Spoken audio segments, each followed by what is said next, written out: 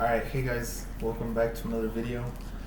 In this section we're going to look at some problems from chapter 2. So section 2.4, problem set 2. And in my hand I have a bunch of different sheets of the problems from chapter 2. And so this is just a follow-up, like I said, from chapter 2. I haven't uploaded in a few days because I've been doing this. So I've been working these out. But just like in chapter 1, we're going to take a look at problems that are worded a little differently, or that maybe they have a different way of solving them. But we're still going to use the same rules and relations that we learned in chapter 2 about conditional probability and independence. But like I said, these questions are worded a little differently. So we'll go ahead and start. So we'll do this problem first. So we're given that the probability of A is 0.5. So 0.5. And the probability of A union B is 0.7.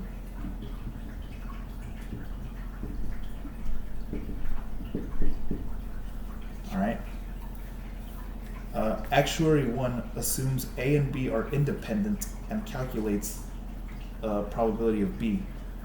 Actuary 2 assumes A and B are mutually exclusive and calculates the probability of B. Find the absolute value of the difference of both calculated values. Okay, so we have two actuaries, two different people solving the probability of B two different ways.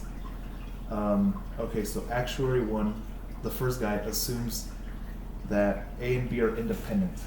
Okay, so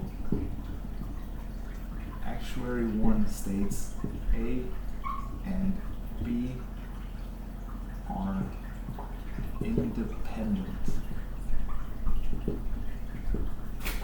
Okay, and what we're trying to do is we're going to solve for the probability of B only. Now,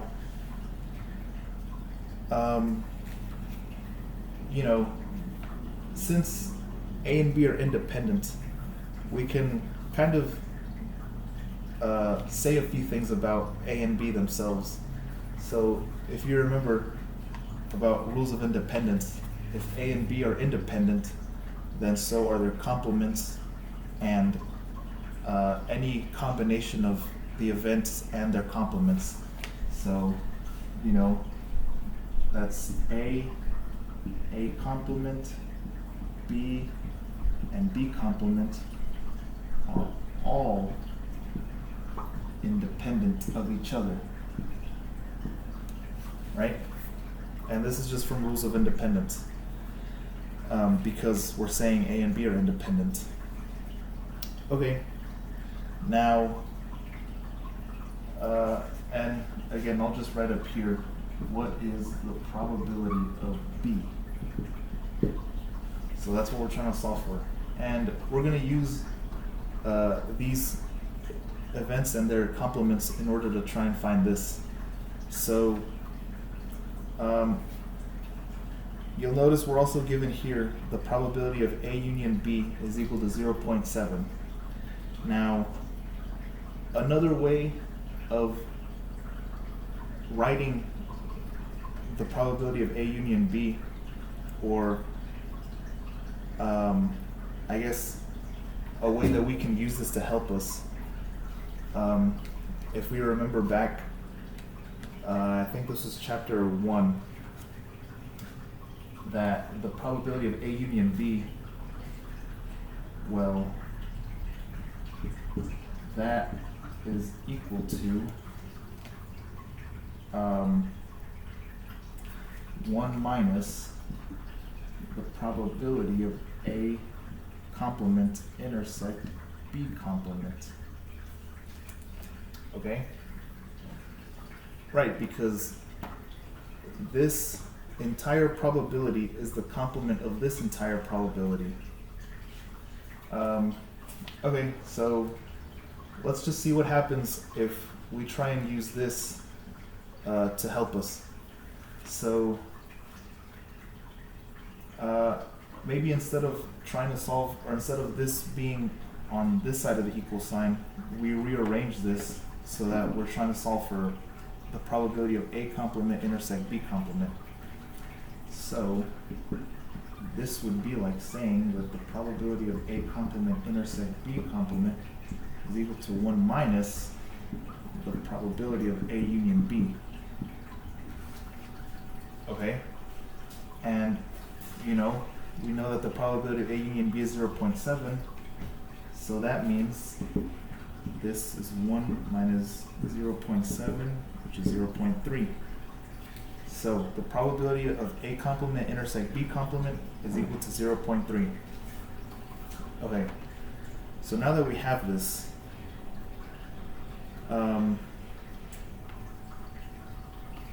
what do we notice about the way this is written?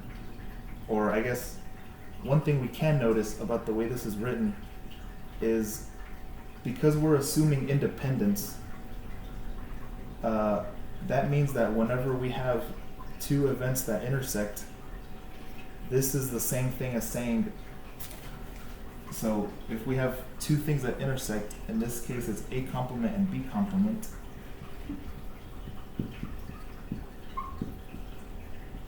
by rules of independence, this is like saying the probability of A complement times the probability of B complement, right? And this is from section 2.3 about independence. If we have two events that intersect each other, then this is equal to both of those both of those events multiplied with each other, their probabilities at least. Okay, so this is perfect because now we have this part of this equation, we have the intersection of the complements, and we also have that since the probability of A is 0.5, that means that the probability of the complement is also 0.5. Alright, so let's replace these two terms with their respective values. So remember, this is 0.3 is equal to 0.5 times the probability of B complement. And this is just simple algebra. We divide both sides by 0.5 to try to find the probability of B complement.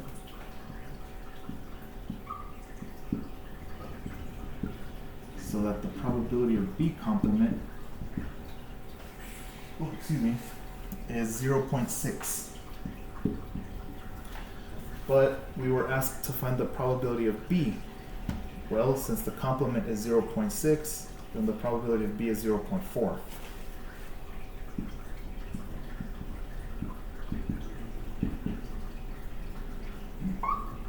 Alright.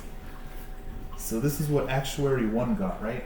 Actuary assumed that A and B are independent, and through independence we know that all the events and their complements are independent of each other as well. We used this relationship right here in order to find the intersection of A complement and B complement, so that way, through another rule of independence, we know that the intersection is equal to the events' probabilities multiplied with each other to find the complement, to find what we need, which is the probability of B. Okay, so this is only one part of the problem. So I'm going to erase this, but I'm going to keep this answer written over on the side.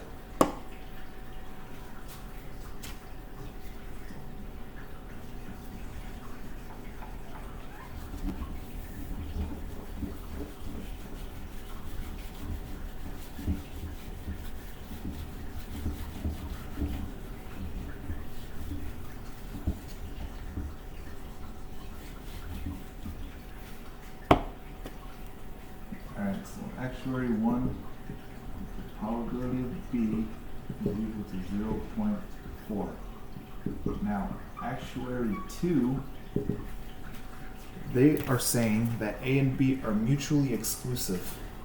Okay.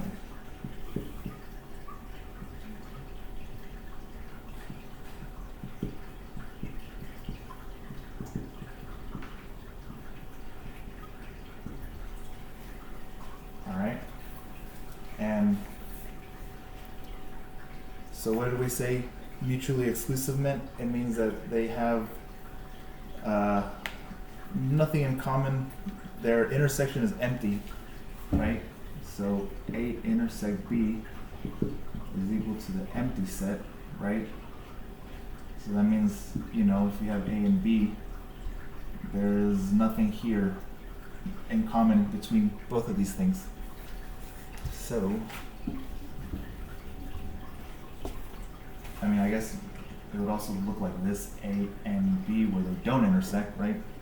They're just next to each other. But, okay. Mutually exclusive means that there's nothing in their intersection, they have nothing in common, so that is that right there. Okay.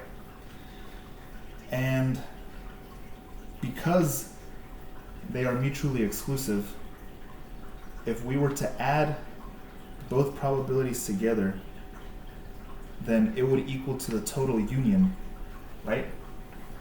What I mean by that is if we added the probability of A plus the probability of B, that would equal to the probability of A union B. And again, we're able to do this because of the empty intersection.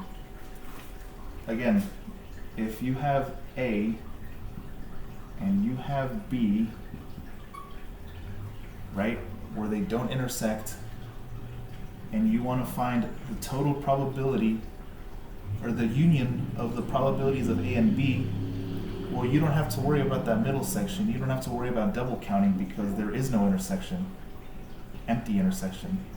So you're able to add both A and B without having to worry about subtracting that intersection of probability of A intersect B, because they're mutually exclusive. So that's why we're able to just simply add the probability of A and the probability of B to get the union of A and B.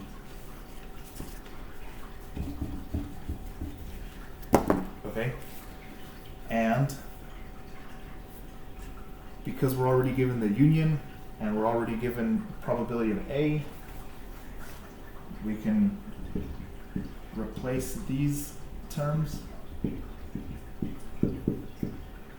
subtract 0.5 from both sides, so that we get that the probability of B is equal to 0.2.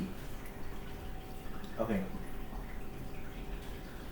So we've found two different answers for the probability of B. Actuary 1 assumed events were independent. Actuary 2 assumed events were mutually exclusive. And we were asked to find the, the absolute value of the difference. Okay, so I'll erase this part. So actuary 2 says that the probability of B is equal to 0.2. And to find the absolute value, we use, the absolute value bars, 0.4 minus 0.2, which gives us 0.2. And that is our answer. And yeah, this just is so that it doesn't give us like a negative answer, I guess.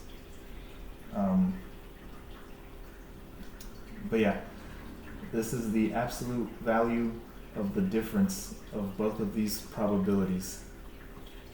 And that is our final answer, 0.2, right? We solved probability of B actuary 1, probability of B for actuary 2, subtracted their answers, and got our final answer. All right.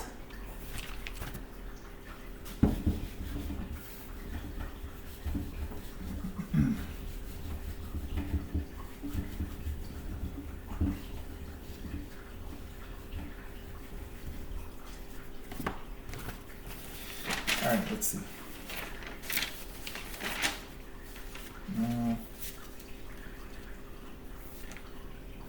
Alright. We'll do this one next. So, 2 bowls each contain 5 white and 5 black balls. A ball is chosen at random from bowl 1 to bowl 2. A ball is chosen at random again from bowl 2 to bowl 1. Find the probability that bowl 1 has 5 white and 5 black balls. Okay, so we have 2 bowls, and each one has 5 black and 5 white balls.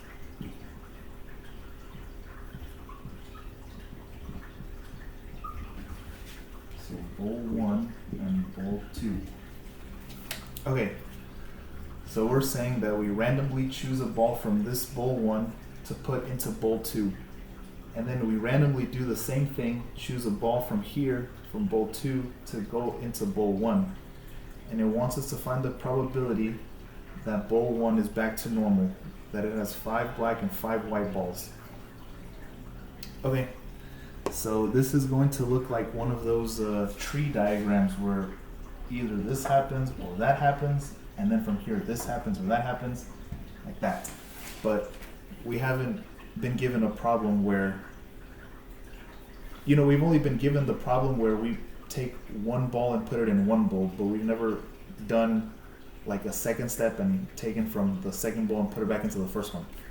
So this one's a little different, but the process is still kind of the same. Okay, so we have 2 events, right? We have us going from bowl 1 to bowl 2, and then we have the event of us going from bowl 2 to bowl 1. Okay, now with each of those events there's 2 possibilities. Either in event 1 we take a white ball and put it in bowl 2, or we take a black ball and put it into bowl 2. So event 1 has 2 different ways we can go. So we'll call us going from bowl 1 to bowl 2, we'll call that event A, but we'll let A be that a white ball goes from 1 to 2, and we'll let A complement be a black ball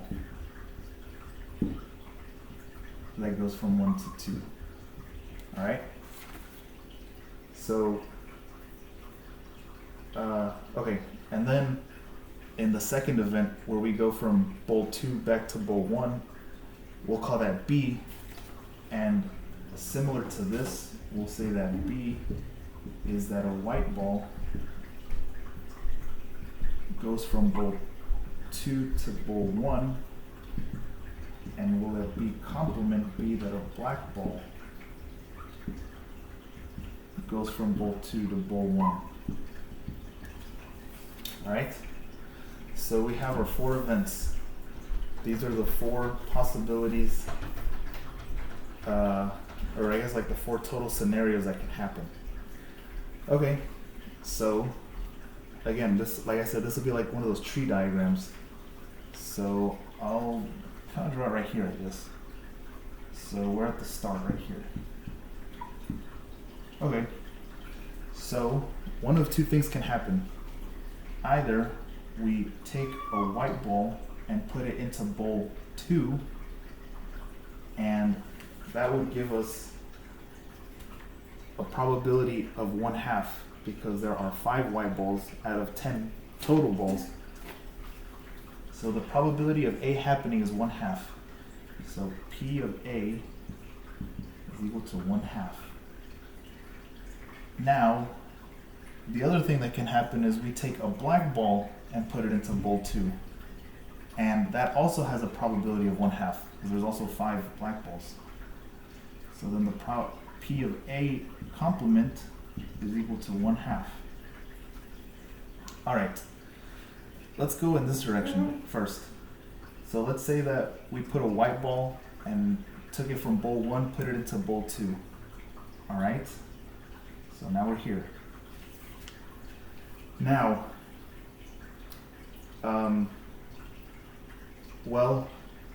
now let's say that we put a white ball, took it from bowl 2 and put it into bowl 1. So we're basically undoing what we just did, right? Now, that means that the probability of B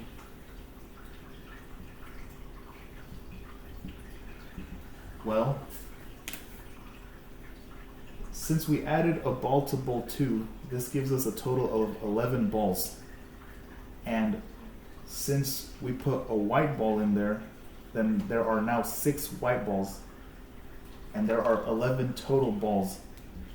So the probability that we grab a white ball from bowl 2 and put it into bowl 1 is 6 over 11, right? Because we added a white ball to bowl 2, so 6 white balls, 11 total balls, and if we're going to take a white ball and put it from bowl 2 to bowl 1, then it would be 6 over 11. Alright. Now, let's assume the opposite. Let's assume we actually took a black ball instead from bowl 2 and put it into bowl 1. So B complement. That means we still have 11 total balls, but we only have 5 black balls. So the probability of B complement is 5 over 11.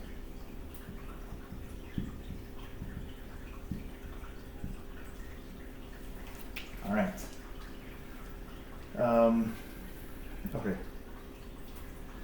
Now, let's go back to the beginning. And instead of putting a white ball into bowl 2, we put a black ball into bowl 2. Alright. So what's the probability now that we grabbed a white ball from bowl 2 and put it into bowl 1? Well, because we added a ball to bowl 2, there are 11 total balls, and we're grabbing a white one now and putting it into bowl 1. There are 5 white balls because we grabbed the black one instead in this case. So it would be 5 out of 11 for a white ball going from 2 to 1. Okay. So then the probability of B in this scenario is 5 over 11. And the probability of us grabbing a black ball and putting it into bowl 1 is now 6 over 11 because of the black ball that we transferred over. So then the probability of B complement is 6 over 11. Okay. Now, what we want to find is the probability of bowl 1 having exactly 5 and exactly 5 white and exactly 5 black balls. So back to its original form. Now, from these 4 possible scenarios, the ones that give us that final, like the ones that allow us to go back to our original form would be this one, where we transferred a white over and then transferred a white over again, or this one where we transferred a black over and then transferred a black over again. So now what we need to do is calculate the intersections, because that's going to give us the probabilities that we're looking for, which is again the scenario where we transferred one white and then transferred a white one again, or we transferred a black ball and then transferred a black ball again, right? Because that's just going back to our original forms. Okay, so here we'll go in this direction first. So the probability of B intersect A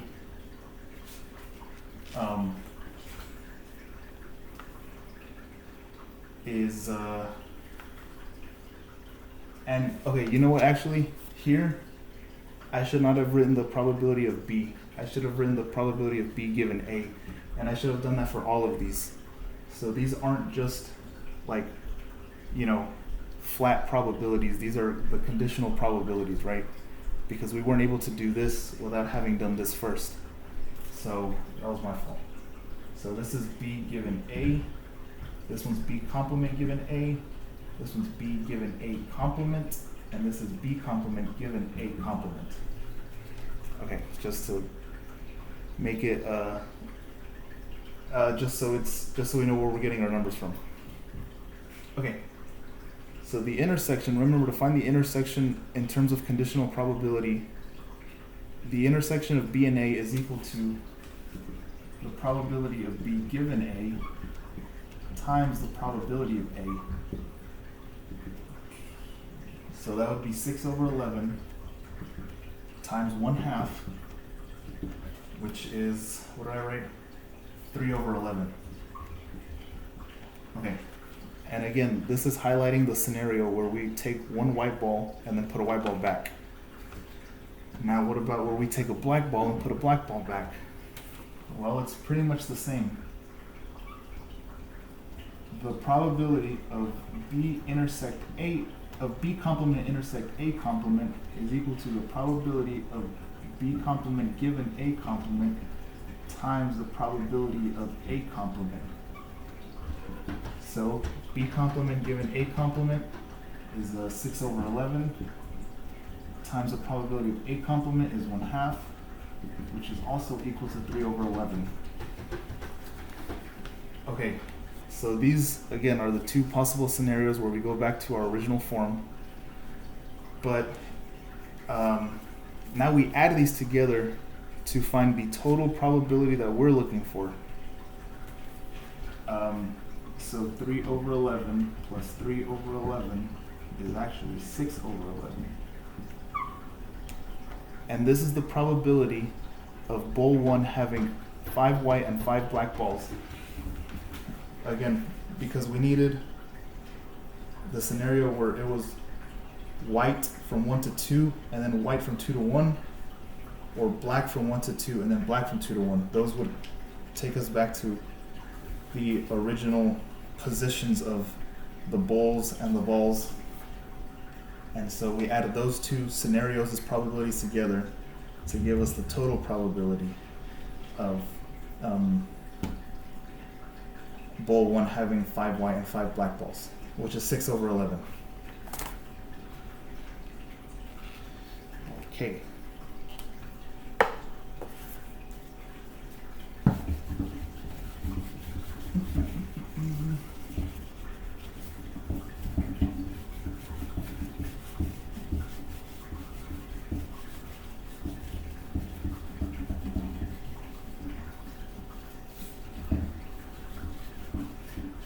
Alright, the next problem we'll try is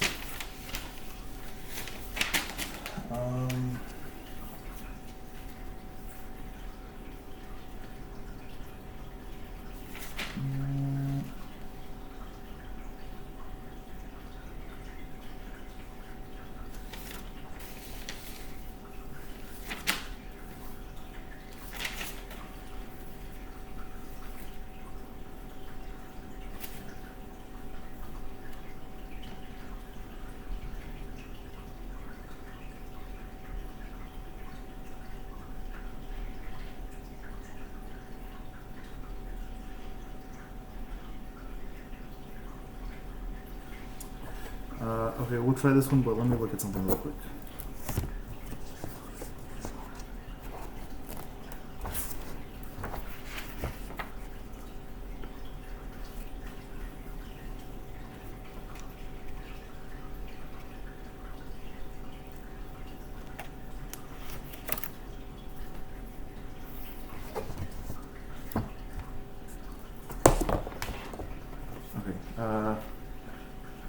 We'll do this one. Alright.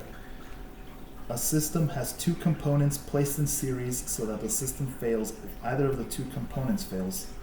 The second component is twice as likely to fail as the first. If the two components operate independently, and if the probability the entire system fails is 0.28, find the probability that the first component fails. Okay, so let's just say it's like a, I don't know, like an electrical system or whatever. So we just have like a square, I guess, and then we have component 1 and component 2. So this is 1, this is 2. So this system that we have, it's saying that it will fail if either of the components fail. So A or 1 or 2, A or B. So that's a union, right? Because it's or. Okay. So this second component is twice as likely to fail as the first. Okay? So this one's more likely to fail. And it's also saying that the two components work independently of each other. Alright, so just based off the question, we're gaining some information. So we're dealing with independence.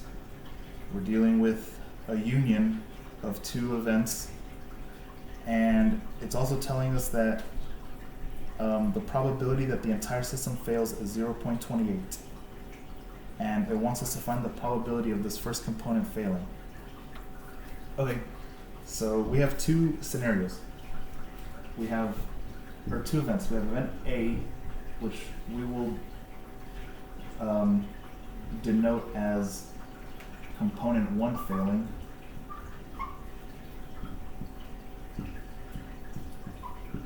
And we have event B, which is component 2 failing.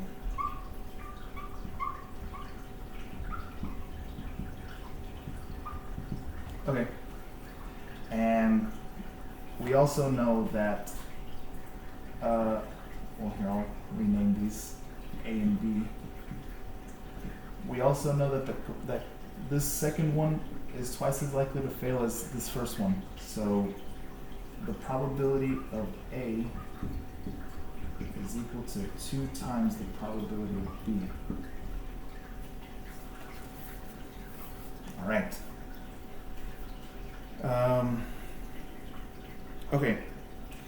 We also know that the probability of the entire system failing is 0.28.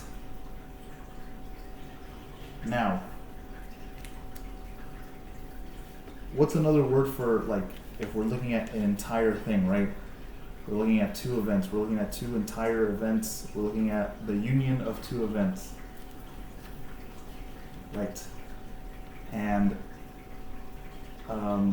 again, that's also telling from the first sentence where it says the system fails if either of the two components fails. So either this fails or this fails. It's either this happens or this happens. Or union. Okay.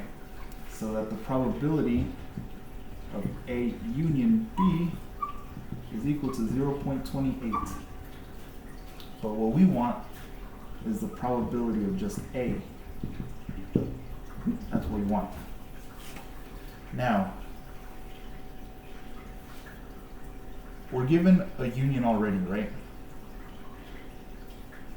And we're given this fact right here that component B is twice as likely to fail.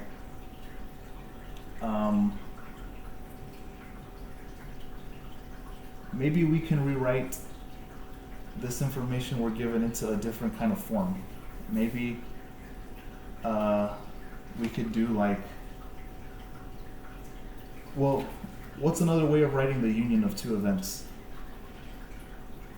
And remember, it's, I'll just go ahead and write it. The union of two events is equal to the probability of A plus the probability of B minus the probability of A intersect B. Okay. Ooh, excuse me.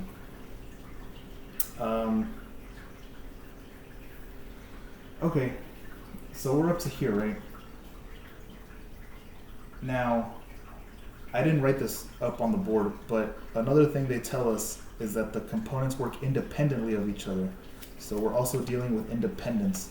So somewhere in our work, we have to show that we are aware that there is independence involved. Or we just can't forget that there is independence involved. Now, if we look at this long equation right here, going back to the first problem that we worked out, the independence of two events, if we have an intersection of two events and both events are independent of each other, this can be rewritten as the multiplication of both events.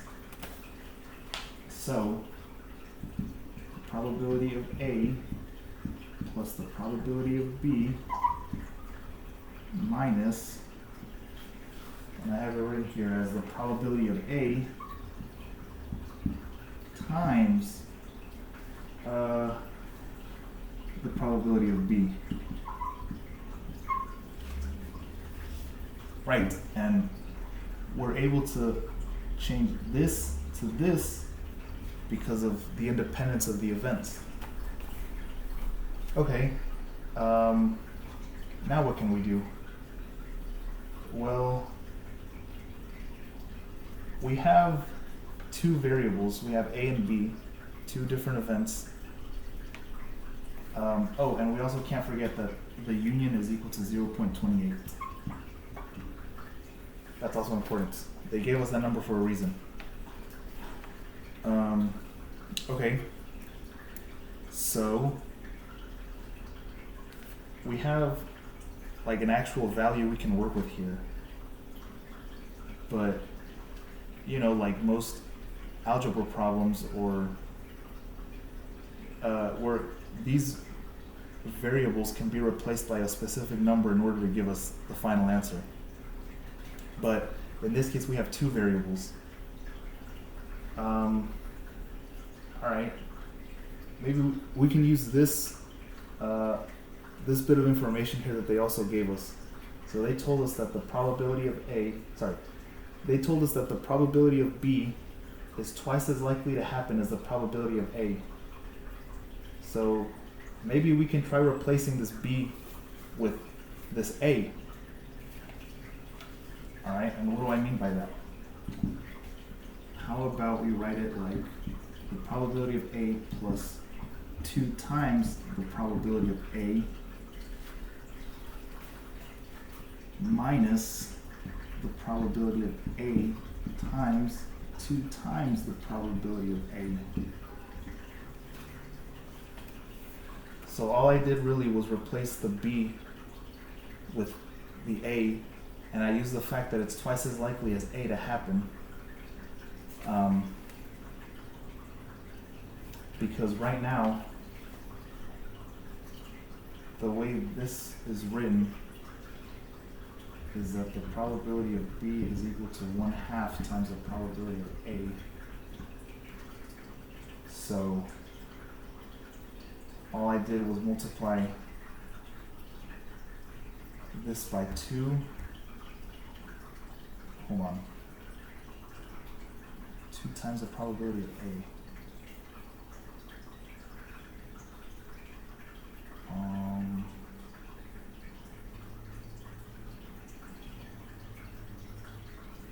Wait, hold on.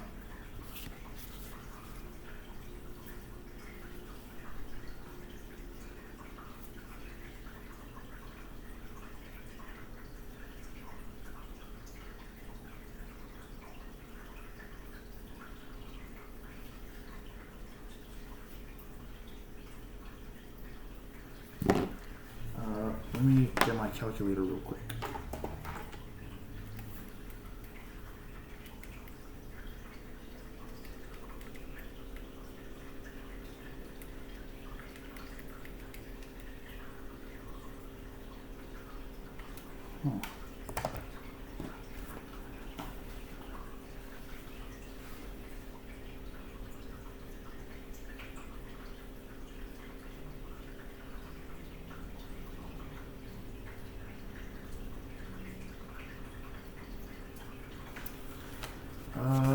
Give me 1 second. Let me look at something.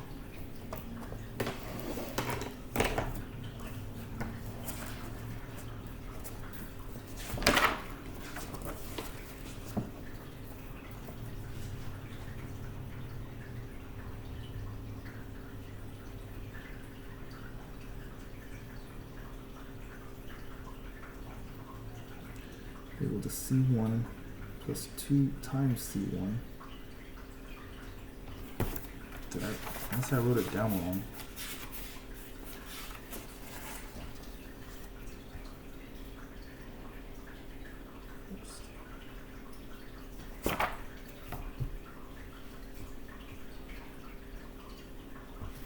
Okay, so I have the union is equal to C component 1 plus component 2 minus the intersection of both, which is equal to component 1 plus 2 times component 1, because it's twice as likely to happen, minus, this would be 2 times component 1 squared because there's 2 of component 1.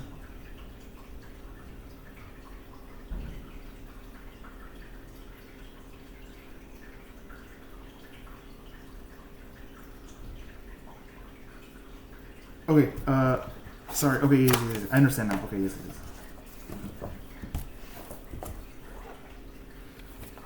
Okay, okay, I didn't need to write this right here. Right, because since this is twice as likely to happen, then we need to multiply component 1 times 2. Yes. Okay, and then same thing over here. We have component 2, and that's twice as likely to happen as component 1, so we have to multiply component 1 by 2 here and here. Okay, and okay, I know where I'm at now. So we'll keep going. Okay, so we've changed all the variables to symbolize probability of A or component 1. And we can simplify this part right here a little as well. So that the P of A plus 2 times P of A, this would be minus 2 times P of A squared because we're multiplying 2 P of A's. So minus 2 P of A squared. Excuse me. And this is all equal to 0.28. Okay. Now, what I did here, and I think I explained this in an earlier video, but these are multiple choice questions, and it gave me 5 answers. So what I did was I went and I plugged in each individual answer into probability of A here, here, and here, and see if it would give me this answer. But the answer in this case is 0.1. So this is the answer. Right, if we replace every single P of A with 0.1, so 0.1 plus 2 times 0.1 minus 2 times 0.1 squared, it would give us 0.28. And this is just a quadratic equation as well.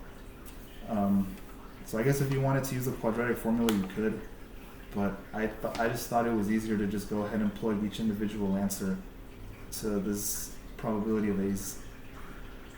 But yeah, in this case, the answer is 0.1. Okay, I confused myself here a little bit, but I understand it now.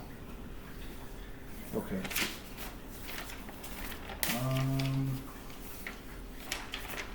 Alright, I think we'll do one more, and this one's going to be kind of long.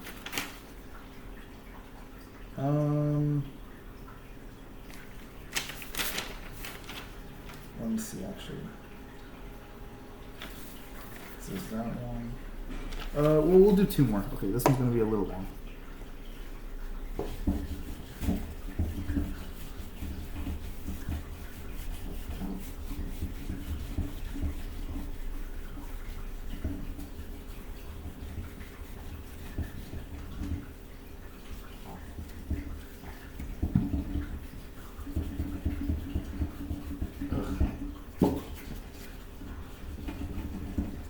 I need to clean this board.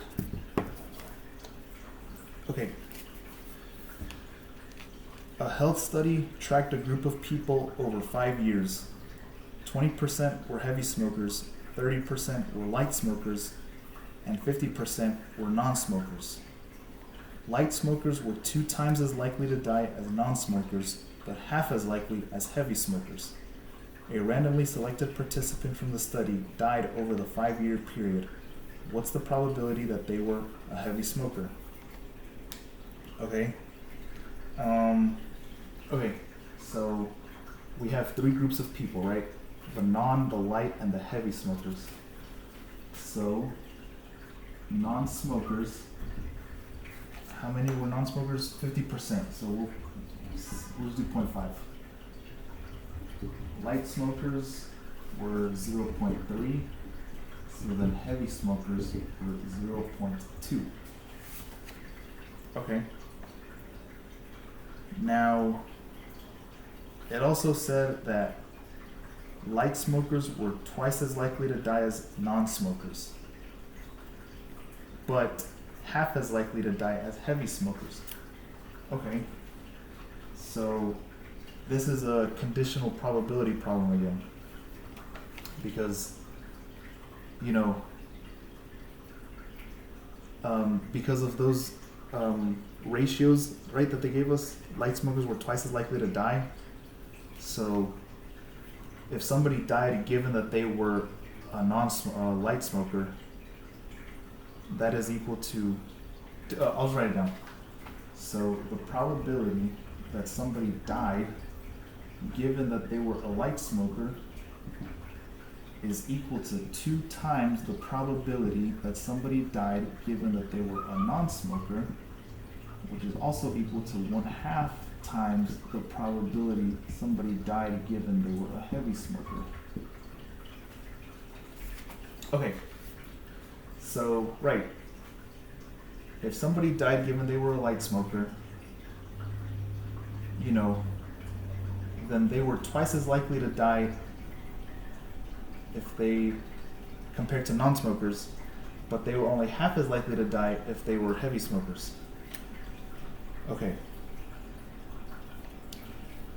Now, the question is asking us, the question told us that somebody died over the 5-year period, but what's the probability that they were a heavy smoker? So, this is a little different because we're given the condition that they were a heavy smoker, right? So we're not trying to find the probability that somebody died given they were a heavy smoker.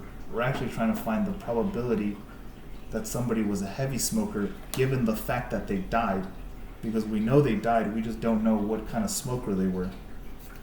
So we're trying to find the probability that somebody was a heavy smoker given that they died. Right? Because it says a participant died, what's the probability that they were a heavy smoker? So we know they died, that is a fact. But we're trying to find the probability that they were a heavy smoker given the fact that they died. So we're trying to find this here. The first time I tried working this out, I thought it was asking me for this, but no, it's actually the opposite. But okay. Now, okay, so conditional probability, right? Just like any other conditional probability problem, you know, what's the like written out form of this? Or like what's the way we use to solve for this right here? Well, that would be, so this conditional probability is equal to the intersection, the probability of the intersections over the probability of the condition. So the probability that somebody was a heavy smoker given the fact that they died is equal to the probability that somebody was a heavy smoker and died over the probability of their dying. Okay.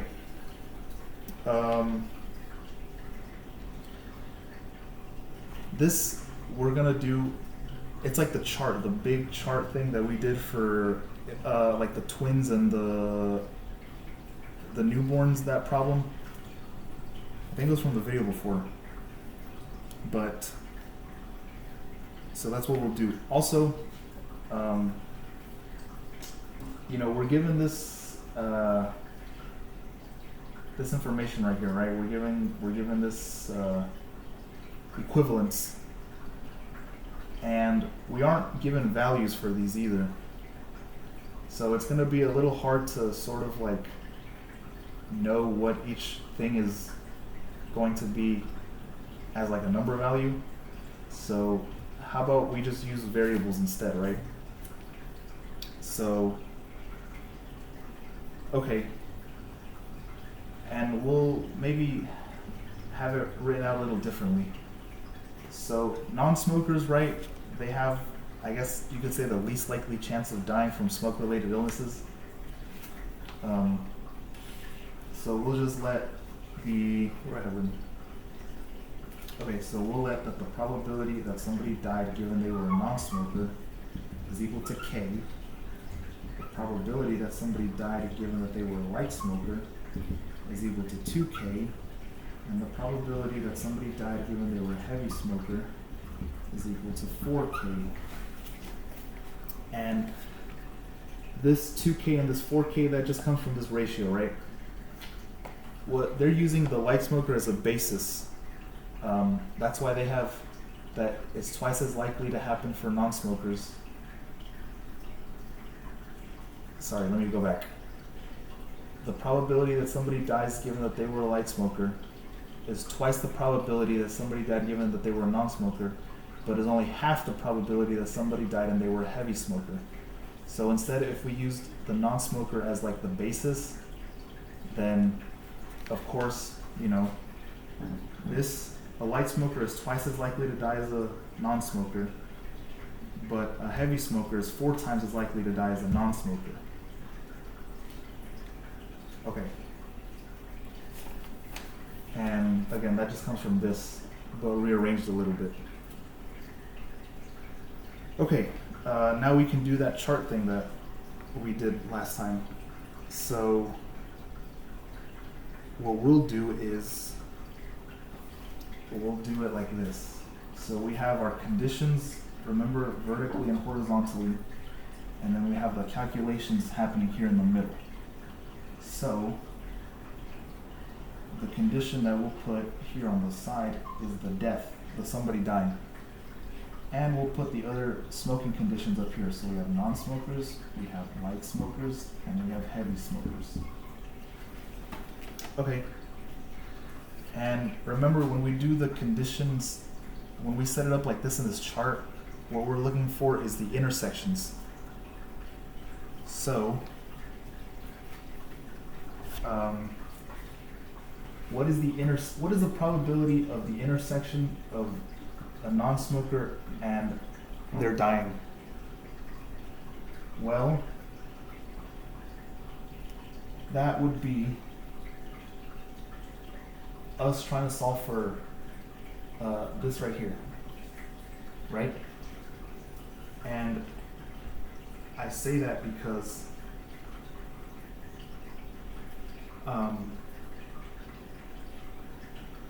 we already have a value for how many smokers there were for each, non-light and heavy, and we just gave a value for these conditional probabilities over here.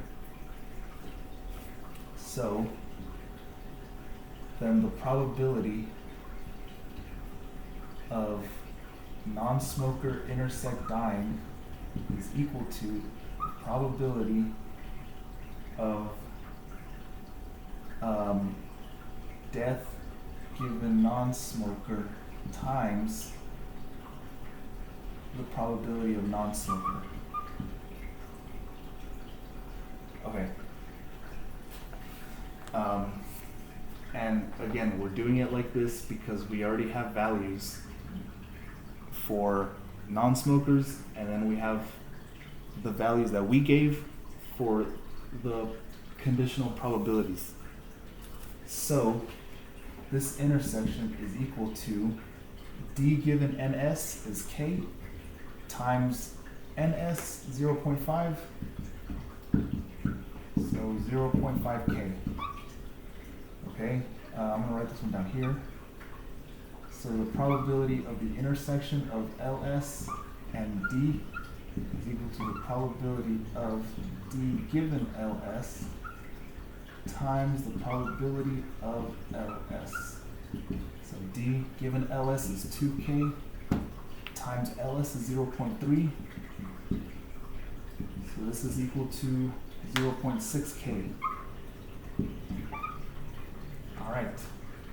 And the probability of HS intersect D is equal to the probability of D given HS times the probability of HS. And that is equal to 4k times 0.2, which is equal to 0.8k. Okay. Now,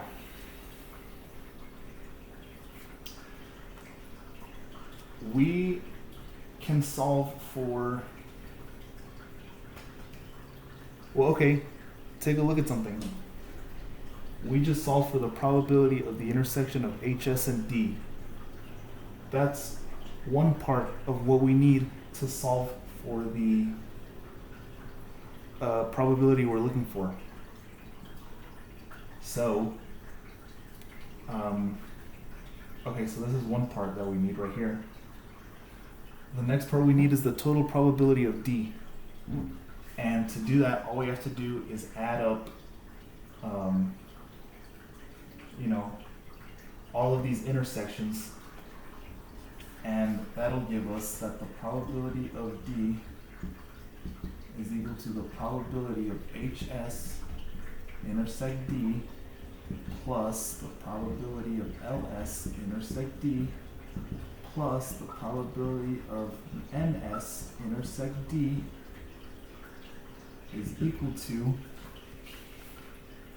0.5k plus 0.6k plus 0.8k. That is equal to 1.9k. Alright, boom. So, again, that gave us the total probability of D. My lamp's in the way. The total probability of D, we add up this intersection, and that intersection. And we get 1.9k. Now we have both parts. We have this, and we have this. And what does that look like? I'll write it up here. The probability of HS given D is equal to 8k over 1.9k. And what is that? Well, we can cancel out the k's. 0.8 over 1.9 is 0.42.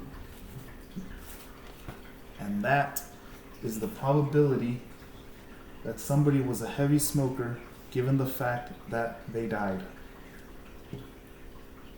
So that is how we solve this one. I hope it wasn't too confusing. I'll go over it again quickly. So we said that the probability of a non-smoker, the probability of somebody dying given that they were a non-smoker is k, of somebody dying given they were a light smoker was 2k, and of somebody dying given they were a heavy smoker was 4k. These variables we came up with ourselves because we weren't given values for these. Otherwise, these would have been simple multiplications. And again, a light smoker is twice as likely to die as a non-smoker, and a heavy smoker is 4 times as likely to die as a non-smoker. And that came from this equivalence right here. And so,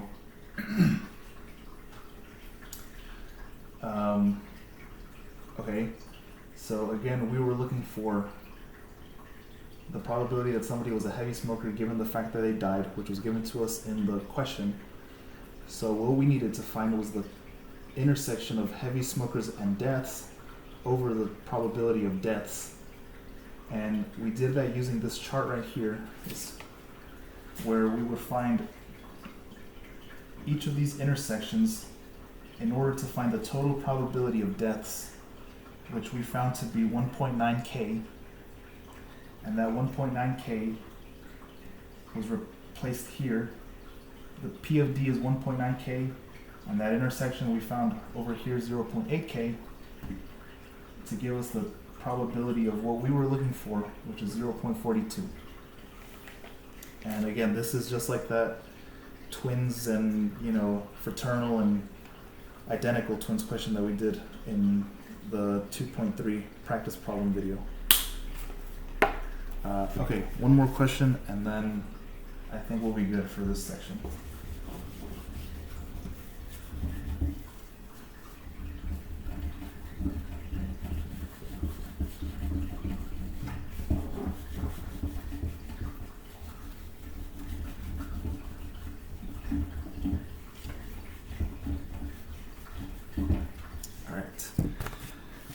Which one did I want to do?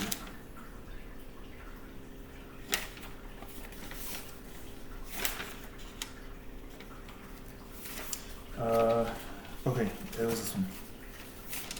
Okay, so this is in a game show. In Let's Make a Deal, a contestant is presented with 3 doors. One door has a prize behind it. When a contestant chooses a door, one of the non-prize doors is opened, and the contestant is given the choice to change their answer. If the contestant switches doors, what is the probability that they get the door with the prize? Okay, so I forget what this has. This has a very specific name to it, but it's an experiment, right? And it just chooses or it tests basically that the probability of somebody choosing a door, or choosing a different door. So yeah, we have doors 1, 2, and 3. 1, 2, and 3. So yeah, let's say I choose door 2. Okay. Now, the game host would open this door, and there's nothing there. He's like, okay, door 1 is not the answer. I still have door two chosen, and then they give me the choice of either sticking with 2 or choosing door number 3 in this case.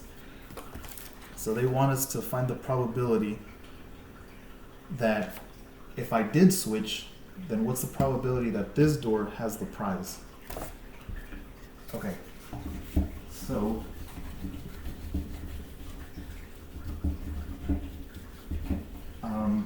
that's what we'll find. Okay, so we have, in this question, we have 2 different events going on. So, or 2 different scenarios. We have the scenario where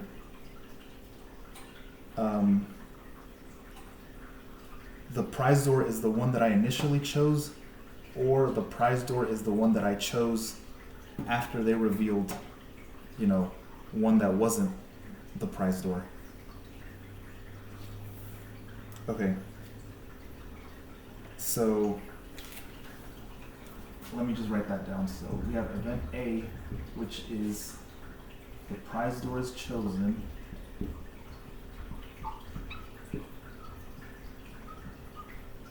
after I switch choices.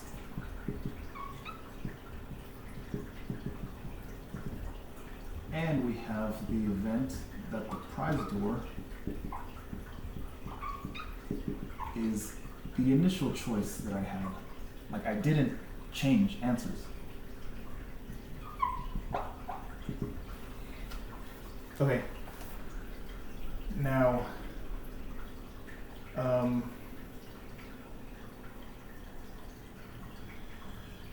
at the start, whenever we choose a door, every single door has the same probability of being the prize door. This is before the game show host reveals one of the doors. This is before literally anything else happens. I choose a door, and each door, like I said, has the same probability of being the prize door. So B is the event where the prize door is my initial choice.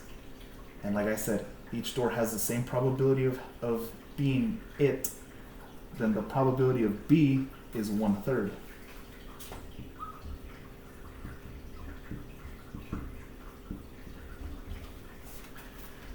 And again, this is before the host reveals anything, before I make a switch, before anything. My first choice, I choose that one. The probability of B is 1/3. Prize door is initial choice. Okay. And now what we need to do is we're trying to find the probability of A. The prize door is chosen after the switch. Now, if you'll remember back, I think this was section 2.1. If we want to find a total probability of something, then we use the law of total probability. And since we're trying to find, an entire probability of A, that's what we'll use. And this also involves conditional probability, which makes sense for us because, maybe this could, I make a change given that one of the doors was not it. Well, maybe it'll make sense if I write. Okay, so again, we'll use the total law of probability in order to solve for the probability of A. So that the probability of A is equal to the probability of A given B times the probability of A plus the probability of A. That's B actually. Yes. Plus the probability of A given B complement times the probability of B complement. So this is the total law of probability. Okay. Now we already solved for the probability of B. So this is 1/3. And we can easily solve for the probability of B complement. It's just everything that's not B, which is 2/3. Okay, but what about these conditional probabilities here and here? How would we solve for that? Well, it helps if you kind of say it out loud to yourself, right? At least it helped me. Instead of just saying A given B, how about we try reading out this and see if it makes sense? Okay, what's the probability that the prize door is chosen after I switch, given that the prize door is the initial choice? So I choose the winning door first. They reveal one of the doors, and then I make the switch to the other door. If I had already chosen the winning door initially, then I'm switching to the non-winner. So the probability that the prize door is chosen after the switch, given that the prize door is the initial choice, well, that's just 0 because I went from having the winner to not having the winner. Or I went from having the winning door to having the non-winning door. So that's just 0. That can't happen. That's impossible. You can't choose the winning door, switch, and then still have the winning door. So that's 0. Alright? What about this one? What's the probability that the prize door is chosen after I switch, given that the prize door was not the initial choice? That one does make sense. If I chose a losing door first, they revealed one of the other losing doors, and then I switch, then that means that I have the winning door now. That is possible. That can't happen. That's 1. That is just straight up 1. So now we have number values for all 4 probabilities in our law of total probability. So that means this is equal to 2/3. So if you're ever in this situation, it is a likelier chance that you will choose the winning door if you make the switch. You have a 66% chance of winning. But yeah, so we didn't do like any fancy like other intersection calculation or whatever here. We just kind of logically, said this and kind of in our head like, okay, does that make sense? If I choose a winning door first and then I make the switch, am I still gonna have the winning door? Well, no, obviously not. That's why that's a 0. But in the opposite case, if you choose a losing door first, make the switch, and then you go to the winning door, well, yeah, that's just 1 because that can't happen.